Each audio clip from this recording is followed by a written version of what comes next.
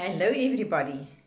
In this video, I am going to answer a question about the skin that was asked in the comment section of one of the other videos. Caring for your skin is a lifestyle, it's not an event, and it's not falling for media hypes. Quite often they push products, they push lifestyles, and they want to eliminate things from your diet that helps your skin. I live on milk, I eat chocolate, and when they're on special, I indulge. But look at the choices. This one contains coconut and cashew nuts. Nuts are good for you. This one contains nuts as well. This will probably last me quite a long time. I have chocolate, but not necessarily every single day. And sometimes weeks go by without me having chocolate. Now the skin is very complex, but we're going to make it as simple as possible. What we see of the skin here is a dead layer. Underneath that are cells that are alive still, and then below that there is a layer of cells that are rapidly dividing to give new cells as we wash these dead cells off. Now, if we take this sponge as a model of the structure of our skin, this green layer would represent the layer that I spoke about now. A little bit rough, tough, and can withstand the environmental onslaughts to some extent. This green layer is referred to as the epidermis. And the layer below that we see is just an amorphous, spongy-like layer. In our skin, it's slightly gel-like. And this layer contains all the living components. This layer is called the dermis. Below this, we have the hypodermis that often is laden with fat. We're going to concentrate on this layer. It is this layer that makes the skin nice and plump. That prevents us from getting wrinkles. When this layer, look at what happens here.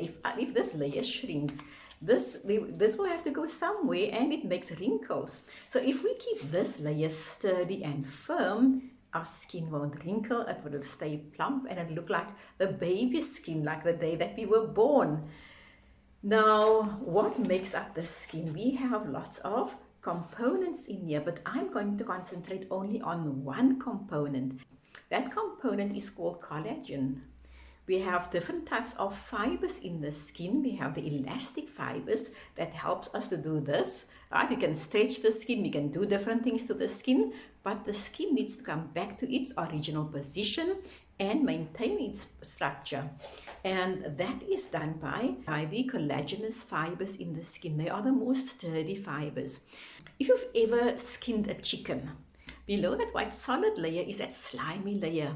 And we can often see that there's a strand from that white layer to the muscles. And that strand is actually the collagenous fibers that are concentrated there to keep the skin attached to the muscle underneath, so that we don't wake up one morning and this part of our skin is at the back of the head or elsewhere.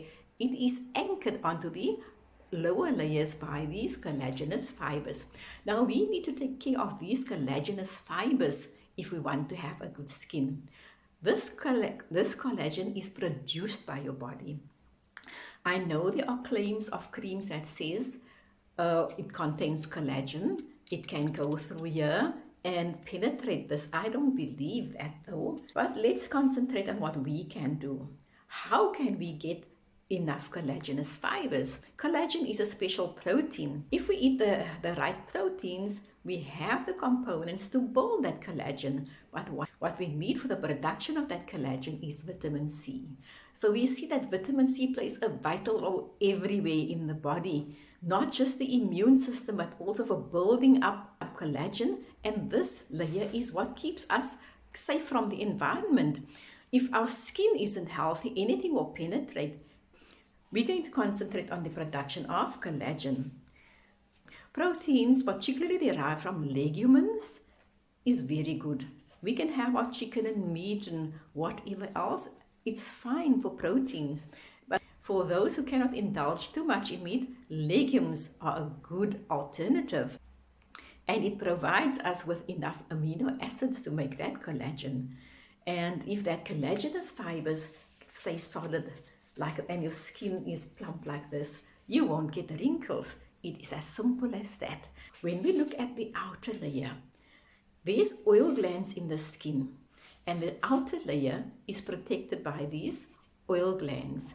So what we should never do is to strip the skin. Like we get products that removes this fatty layer, does something else afterwards, and then replaces it again. And I have a friend who's got the most beautiful skin.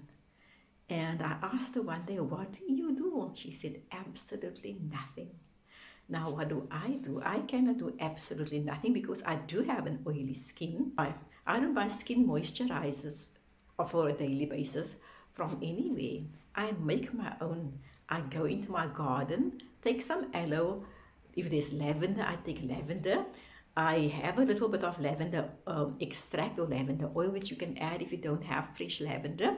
But whatever you have in the garden, even rosemary can help. So you put all that in your aqueous cream. I sometimes buy body cream just for the smell or the color, but that is not the essential part of what I use. My products come from my garden. It costs me absolutely nothing. And what makes my skin even more healthy is if you are happy and traveling a lot, that also gives your skin that glow. My book, Health and Fitness Without Boundaries, the rider to that is how to stay 28 forever. And look at my skin at 28. I hope you can get the same.